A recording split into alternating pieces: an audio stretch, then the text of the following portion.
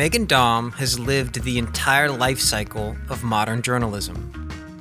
From being a star of the 90s glossy magazine era, to a columnist at a major newspaper and an instructor in the Ivy League, to a rebel who rejected the ideological conformity of her industry, to an exile who's used the new tools of publishing to build her own kingdom.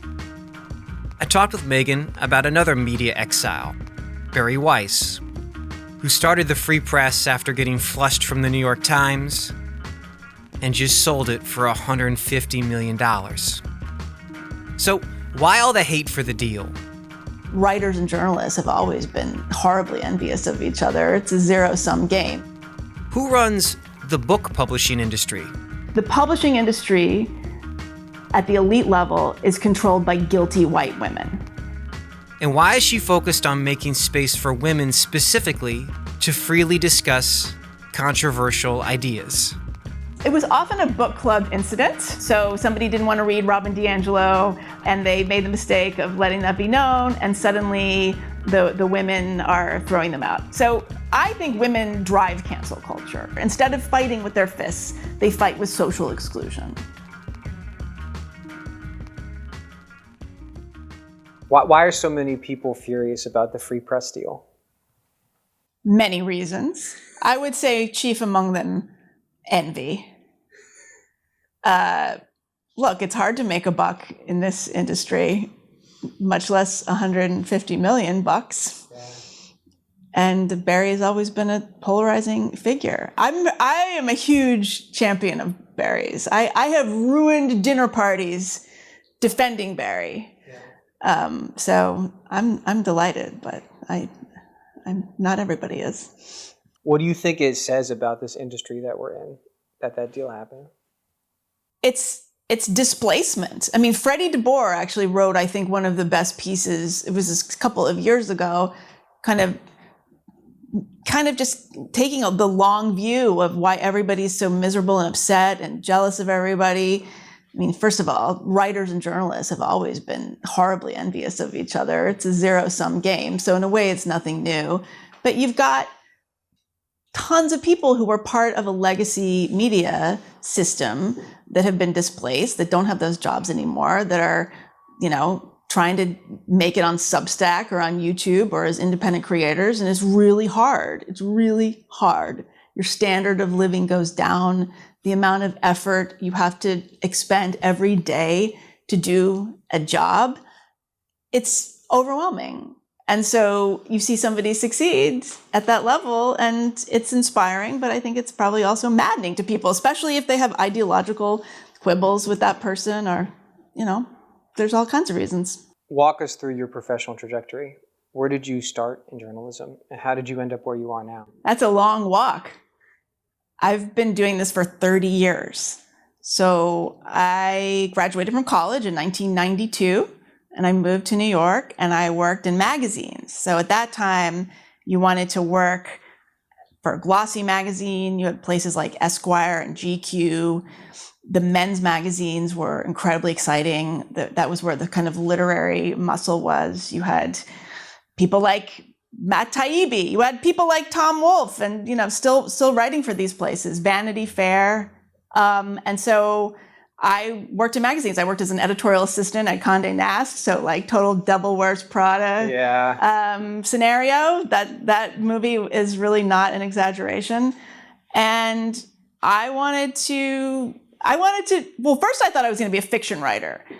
And so I went to Columbia thinking I was going to write fiction, and I very quickly figured out that I loved nonfiction, and I loved essays, and I loved combining reporting with, sort of writing in a more memoiristic style and looking at the world through the prism of my own experience, but talking about larger ideas going on in the world. I loved ideas, and it was such a great time to explore them in the 1990s. And you had quite a bit of success in that old media ecosystem, right? I was successful pretty young. The first piece I ever published was in the New York Times Book Review when I was 25. I published pieces in the New Yorker when I was, I think, 20, 27, 26. So I was able to kind of get noticed early on. I mean, I was still like temping in offices and working a million jobs. It's not like I was getting wealthy, but I found that if you explored potentially polarizing ideas in ways that were energetic and allowed for complexity and were counterintuitive, but in an entertaining way, that was the job. Like, the more hate mail I got for something that I wrote, the better my next assignment would be. And not hate mail for writing gratuitously provocative things. I was not interested in that at all. But I really just wanted to try to think about what are the things that everybody kind of knows deep down, but they're not saying out loud, or they can't figure out how to articulate this. That was what I wanted to write about. And that's what people wanted to read. When did the professional rewards shift? When do you track it to when that actually actively became a professional liability to be like that? I would say 2015. So I had a pretty good run there. I was publishing as a freelancer through the 90s into the 2000s. I was the Los Angeles Times opinion columnist for about 12 years. And nobody could kind of tell if I was on the left or the right. I mean, I was pretty clearly like, a liberal columnist, but I was very critical of the left and had fun, talking about making fun of everybody, and that was fine. And I think about 2014, 2015, I noticed a shift. What caused it and what did it look like? I think a number of things caused it. I think that you had a generation coming up that had cut their teeth on digital media and blogs that were very specific. I noticed it around women's issues. So that's what I started to see, like, wait a second, why is it suddenly like fun and cool and edgy and supposedly obvious to say that it's never been a worse time to be a woman in the history of civilization? Like, why are the most privileged women on the face of the earth who live in New York City and work in publishing and kind of have, low rent, Sex in the City lives, deciding that they are in danger every time they walk down the street, and that they are, by virtue of being a protected class, oppressed? That made no sense to me.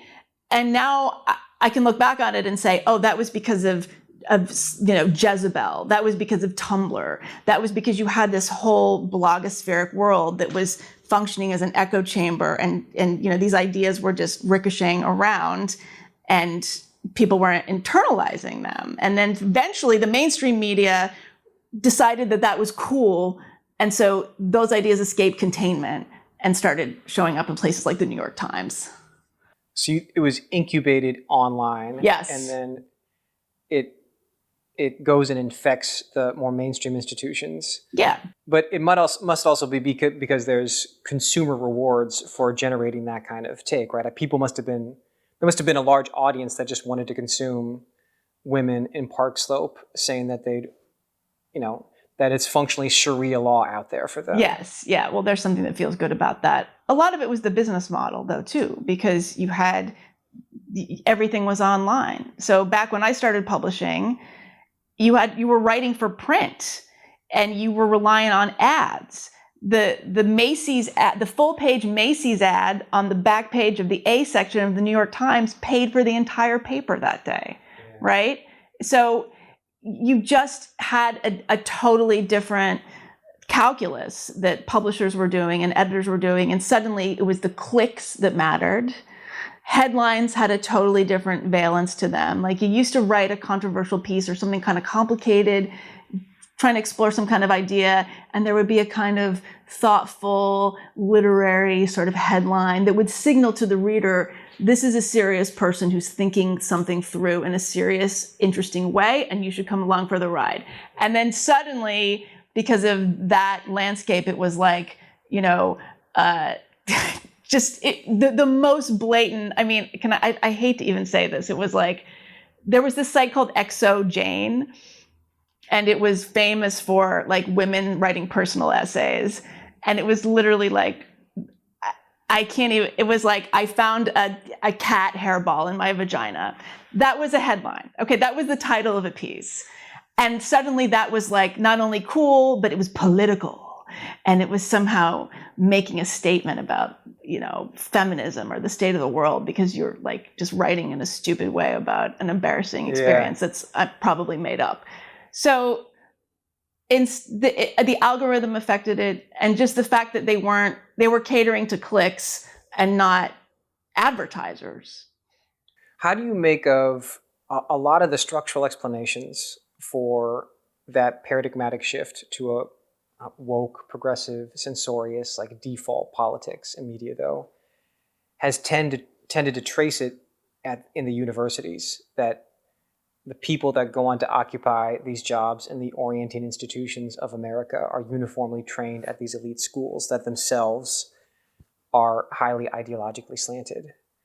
But I wonder, from what you saw, that ideological slant had been around for a long time. Even back in the 90s, when you're talking about Gen Xers that are willing to do, controversial investigations and contrarian positions, like still the average newly minted Vassar or Wesleyan or Columbia graduate had been soaked in the same stuff that they're being soaked in now. We were soaking in it, but like at arm's length in a way. It was a joke. PC was like an in-joke among the left. You identified it as something that was happening. It was like a kind of framework that would come up in your feminist film theory class or something like that. But you didn't take it seriously necessarily. I mean, yes, there was obviously a contingent that would go on to like pursue that kind of academic path. But I think for most of us, it was just kind of an interesting thing. It's like, oh, that's a funny way of looking at things. And like, maybe we write a paper about that, but we laughed about it. Right. But you also have talked a lot about your generational identity, and in Gen X, it's like one of the stories they told themselves about themselves from that generation was that they were willing to attack things that were protected by PC. Is that right? Well, yeah, because we were attacking it like just talking to each other over drinks. Right. None of this was happening online, and we would just kind of like shoot the shit, like you were just sorting through ideas. Right. So what's happening to your career around 2015, 2016? Are you personally watching opportunities disappear as this stuff takes over? 2015 and 2016 were really good years for me. I got a Guggenheim fellowship in 2015. I got an NEA grant in 2016. Okay. By 2017, I wasn't invited to any parties anymore. But why? What happened? It was you feel like you were the same person you'd been in the 90s. Yeah. Transgressive, investigatory, curious, trying to find contrarian angles. You don't change. Just the broader incentive structure of the profession changes. Yeah. So I was criticizing, well, Me Too didn't really happen. That was 2018, I think. But the kind of proto Me Too movement, I was very concerned about the direction that like women's rights were going in. I thought, you guys are going to lose the room. Like, you are handing it to your adversaries by making fun of men because you think you're punching up to power. Like, I drink male tears coffee mug. Yeah. I did not find that charming in the least. And so I was very critical of that. And I don't know, I didn't want to go along with in my opinion, just like the bullshit that was coming out of this very performative, very juvenile kind of like identity politics. But it was catching on. It was a brand. It was fashionable. So what's the origin story behind the most popular thing that you've ever written? Which is I don't know if you'd say it's you being red-pilled by Glenn Loury and John McWhorter, but then becoming, you developing like a healthy parasocial relationship with these two dissident, contrarian Black intellectuals. And then you just wrote a very long form piece about it, and it was the most popular thing you've produced. What's the origin story of that?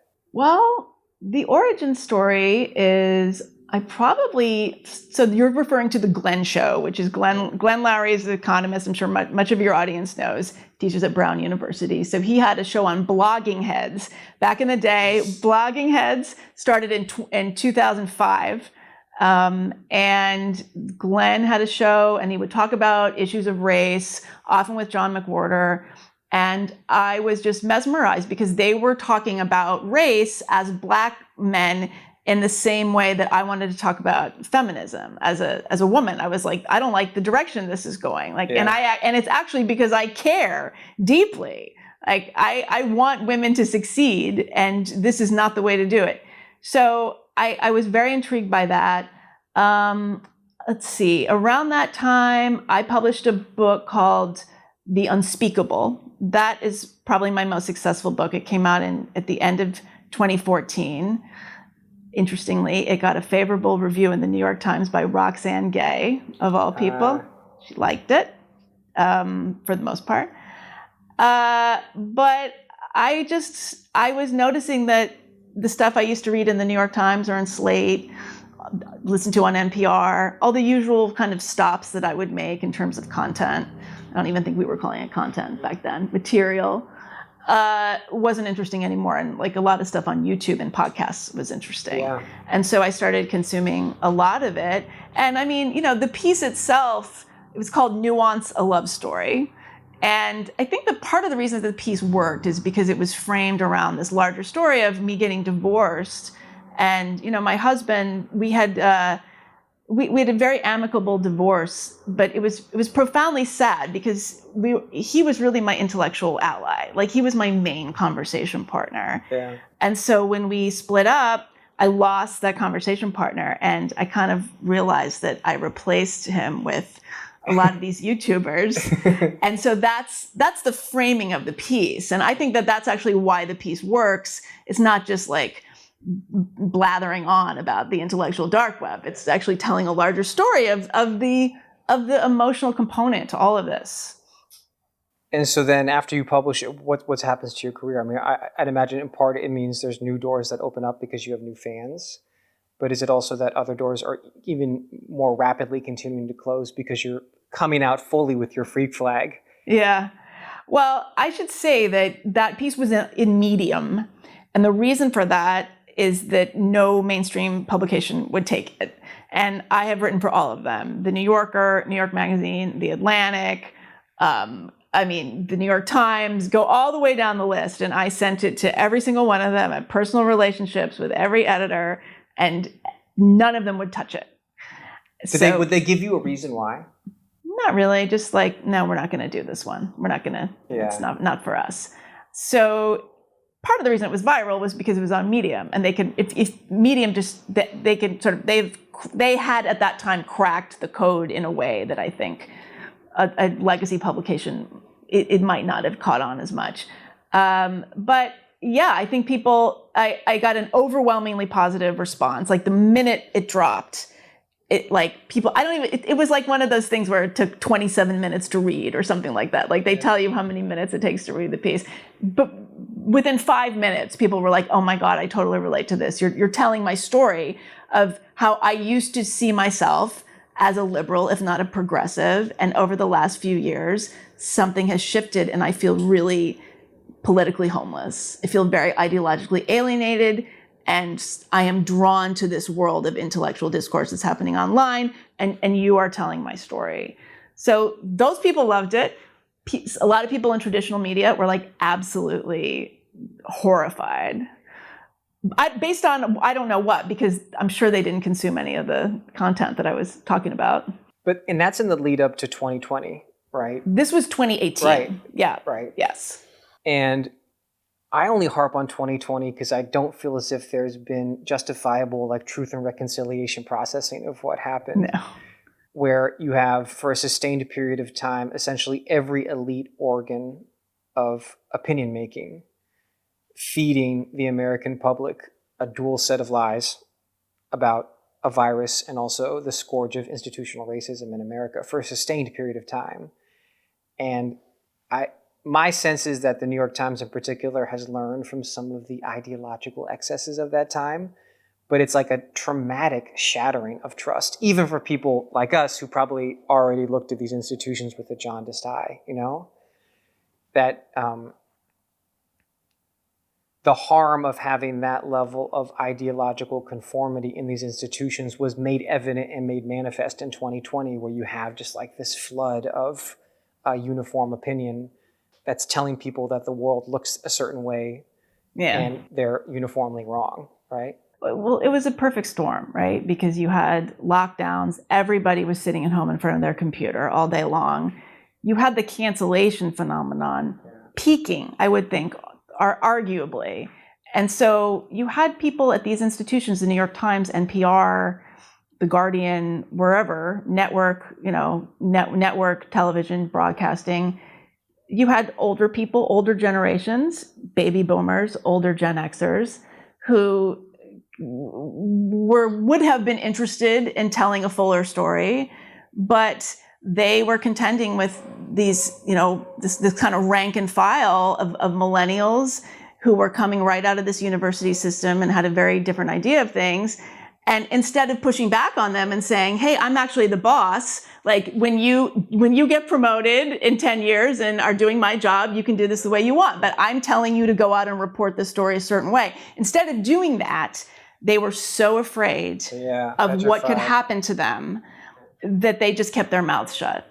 And that to me is the tragedy. Like, you had a lot of smart, capable people who were just cowed and couldn't take the risk. They were seeing what was happening to, James Bennett at the New York Times, and they thought, well, I have a mortgage to pay and I have kids to put through college, and I'm not taking this chance. Right. It peaks then. Do you see it having ebbed since then? What do you make of the modern media environment? How much is this stuff still baked into these institutions? I think that the institutions are probably really miserable places to work because of the tension. To me, it seems like the dam has broken quite a bit in some corners, less so in other corners. Partly that's because woke didn't work. I mean, it's not a good business model. Doesn't help advertisers. Right. It doesn't help media companies. A political ideology that I guess fundamentally rejects capitalism might not be great for trying to save laundry, sell laundry detergent. Yeah. And at the end of the day, you need rich capitalists to finance your institutions, right? Yeah. And you need to reach the masses. I mean, I think they also saw Trump gets reelected, that the writing is on the wall. They have to do something. But from what I'm hearing, this is still happening at the universities in a huge way. Really? I mean, they're just gripping on. In the literary world, I think very little has changed. So you have these, little pockets where they just double down. Like, okay, well, the New York Times is going to capitulate and give Ross Douthat a podcast, and we therefore are not going to give literary awards to anybody unless they pass certain requirements. But how are those institutions, as someone who doesn't know this ecosystem at all here in New York City, even capable of self-sustaining if they're gripping even harder onto an ideology that alienates 95% of their potential customer base? Well, in book publishing, for instance, what keeps them alive are mass market, mysteries, romances, non-literary kinds of publishing products. So, and that's always been the case. So John Grisham will pay for everybody. Yeah. But that's the business. But in terms of like the prestige part of it, the part that's public facing, the part that has to do with awards and getting reviewed, that has always just been very insular. And that part of the publishing business is run by white women who are terrified of being called racist. The publishing industry at the elite level is controlled by guilty white women. Yeah. And that has an enormous impact. And people don't seem to grasp this. There's this thinking, it's kind of fashionable to say, oh, well, publishing is run by white people because of racism. It's run by white people because those are the people who can afford to do those jobs. It doesn't pay any money. To be a book editor, you have to live in New York City and have nice clothes and go to lunch. Yeah. You cannot do that on your salary as a book editor. You need to come from family money or you need to have a spouse that works in finance, or something like that. And so there's a built-in guilt among those people, and they will do anything to make themselves feel better. And if that means signing up, any kind of, fill in the blank identity category author, regardless of that person's writing ability, they will do it and have done it. Right. And so their iteration of feminism requires having a husband in private equity, something like. They would never. They don't see it that way. I think that they just look, and they'll say, well, look, so and so is there are at the very top of these companies, it's run by men, right? The top of Simon & Schuster, the top of Condé Nast, yes, at the very top it's men. But the people making the cultural gatekeepers, those are women and gay men in many cases. Right. And the thing that always drives me crazy is they say, oh, well, it's so racist. It's all these white people because it's racist. Minorities, people who are first generation to go to college, people who are not from that cohort, they're not going to go into publishing. They want to make money. Right. Like actual strivers are not going to go into these jobs. They're not going to work for NPR. If you have a person of color who, wants to get a job in publishing or in public media, that kind of thing, they will bend over backwards to hire those people. Yeah. They will do anything to get that kind of person. So the idea that this is racism is absurd. Right. And they also, those people in those communities, like the people of Harlem, I don't think are the reason that Ta-Nehisi Coates was a New York Times bestseller, I would assume. No, it's... In terms of who consumes the right, products. That's written for guilty white people. Roxanne Gay, as a phenomenon, she was created by white women who loved the idea that there was a black woman who was like into pop culture in the same way that they were. Yeah. It made them feel so good about themselves. So now, specifically on the ground for you, it's 2025. What are you cobbling together? What are you building in this current ecosystem? I started my podcast, The Unspeakable, in 2020, with the summer of podcasts, when everybody started a podcast. And, I wanted to do, it was a weekly interview show. I wanted to do conversations about complicated topics with actual nuance. I mean, the logo was nuanced AF, right? Yeah. So I started doing them. I would talk about things like gender. I talked about policing. I talked about COVID stuff. I also just talked to regular, writers and artists. And pretty quickly, I was having lots of people, but especially a lot of women coming to me and saying, thank you for doing this podcast. I feel like I'm losing my mind. And when I listen to you have these conversations, I don't feel so alone. Women. This is women. Well, it was both, but women were coming to me a little bit more often and in a particular way. The other thing I do is, in addition to writing and podcasting, I teach writing. So I teach like literary nonfiction, first-person nonfiction memoir. I teach private workshops. I used to teach at Columbia University. I haven't taught there in a while, which may come as a shock to you. So I would have people coming to my workshops, a lot of women, and I started to notice slowly that a lot of them didn't actually want to write. We actually would do them in my apartment. We would do them, I would have these weekend-long intensive workshops right here where we're sitting. And they would say, oh, I don't really have anything to write. I came all this way. I flew across the country, in some cases from across the world, because I wanted to sit here in a conversation with people talking about the kinds of things that you cover on your show. Yeah. And I wanted to do it in person, and I wanted to do it off the record because I'm so alone, and I've lost my social group and my family members in some cases, and it's devastating. You were saying they get disinvited from book clubs. Yes. It was often a book club incident. Somebody didn't want to read. The traumatic book club incident. The book club incident, yes. TM. So somebody didn't want to read Robin DiAngelo, and they made the mistake of letting that be known, and suddenly the women are throwing them out. Wow. So I think women drive cancel culture, personally, because women they police each other. Instead of fighting with their fists, they fight with social exclusion. So I started the Unspeakeasy, which came out of the Unspeakable podcast, as a way for women to come together and talk about things in the world and not silence themselves. Because what was happening was that they were getting kicked out of their social group, and then they just weren't talking. Like, they just weren't sharing their opinion. They weren't sharing them on podcasts. There were not as many female podcasters and people in the independent media talking about this stuff. There are more now, but it's still a very bro kind of world. And I think that that's because men just aren't as worried about making people mad. Like, women really don't want to rock the boat. So I started doing these things. We would go out to some beautiful place for 3 or 4 days, and we'd have a discussion schedule, and I'd bring in some guest speakers, and we would just talk off the record. It was a very simple premise. And it was amazing. Like, they could realize that they weren't the only person thinking these things. They could disagree. There's viewpoint diversity. There are people on the left and the right. These were women of all ages, from their 20s all the way up to, we had a few in their 80s, from all over the place.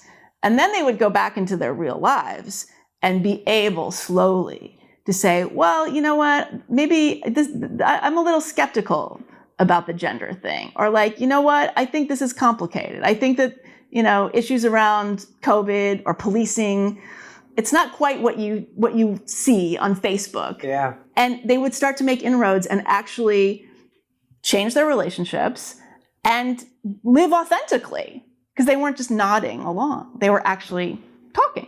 Yeah. So you'd say it's gender, COVID, police. Well, are there like a couple topics in which these women felt most self-censored on? Well, I mean, the arts was a huge thing. Like, why are movies suddenly unwatchable? Yeah. Why is theater ungo-toable? Yeah. NPR ended up being like a real kind of NPR, like, they felt so betrayed by NPR. Of course, because my girl Terry, it's like, what are you talking about? Why you have even Max Kendi on again? Like, come on now. NPR is just it's the ambient like noise of our lives. I mean, for me, I feel like it's not a home. For a long time, I wasn't home unless NPR was on in the background and the New Yorker was sitting there piling up, right. on the coffee table. So they started to feel alienated by these things. And frankly, COVID really propelled, we were having school. They were saying, why is my town locking down not for just 4 months or 6 months, but 2 years? And why, when I go to express my concerns about this, do I get shunned by other parents? Why is my school asking my daughter what gender she is just because she has a short haircut? Something is really, really wrong here. So it's often those issues. Let's say tomorrow, young Meghan Daum walks in and is 22 and had the exact same aspirations you had in terms of being in love with the written word, wanting to craft prose for a living. This is loving Joan Didion, right? Just wanting to do that as a career. What's the advice you give them about what they should do? It's heartbreaking, do something else. Be a writer. You're a writer. You will always be a writer, but you don't need to make that the only way you put food on your table. Well, it sounds like part of it, and again, you're doing in micro, what Bari was able to do in macro, is that if you want to be a writer or someone who engages with ideas, you need to have a tool set that's well beyond just finely crafted prose. You have to, what you're doing, what she, like live events, community engagement, audio podcasts, video, like like if you want to sign up for it, you need to sign up for the whole suite, yes. Right? Yeah, I would say learn how to edit video. That's the new learn to code, right? Learn how to make TikTok shorts. It's like, you wanted to make it in media, this is what you got to do. But the thing is, I mean, in all seriousness, I would say get a serious expertise in something else. Like, be an FBI agent. Like, be an investigator. Get really into something that you would then also write about. Like, if you want to be a writer, there are so many people who do other things. There's all these doctors who are surgeons and they're writing for the New Yorker and they're writing best-selling books. Like, you don't have to make that your main thing. Interesting. And so, yeah, I mean, I often, if I could go back, I would, there's any number of things I would do differently. But I just think that, you're unless you really, really enjoy promoting yourself all the time, it's not going to work. And I can tell you that young Meghan hated promoting herself just as much as older Meghan does. Yeah, but it's necessary. Look, people say, my book was called The Problem with Everything. It was going to be called Woke Me When It's Over. Okay, that was the working title for the book. And then, are we rolling? Yes. We are. And people sometimes ask me, well, what is the problem with everything? And I say, Roxanne Gay is the problem with everything. I know, just like mediocrity at the highest possible level. I know. Yeah. The New York Times just... At least Kendi got his comeuppance, right? Yeah, and I think, know? yeah, with that whole Boston University. I mean, I kind of feel bad for him. I mean, it's like they hand people the keys to the kingdom and they don't even they didn't sign up for that. Right. It's really unfair. And frankly, it's racist. That's the thing, that is actually racist. Like, you are going to put somebody in a position that they cannot handle, that 99.9% of people could never handle. And you're going to put someone in that position just because they check off a certain number of boxes. That is the white establishment letting its guilt actually cause harm to somebody else, actually sabotage somebody else. Right. And yeah, that just seems unconscionable to me.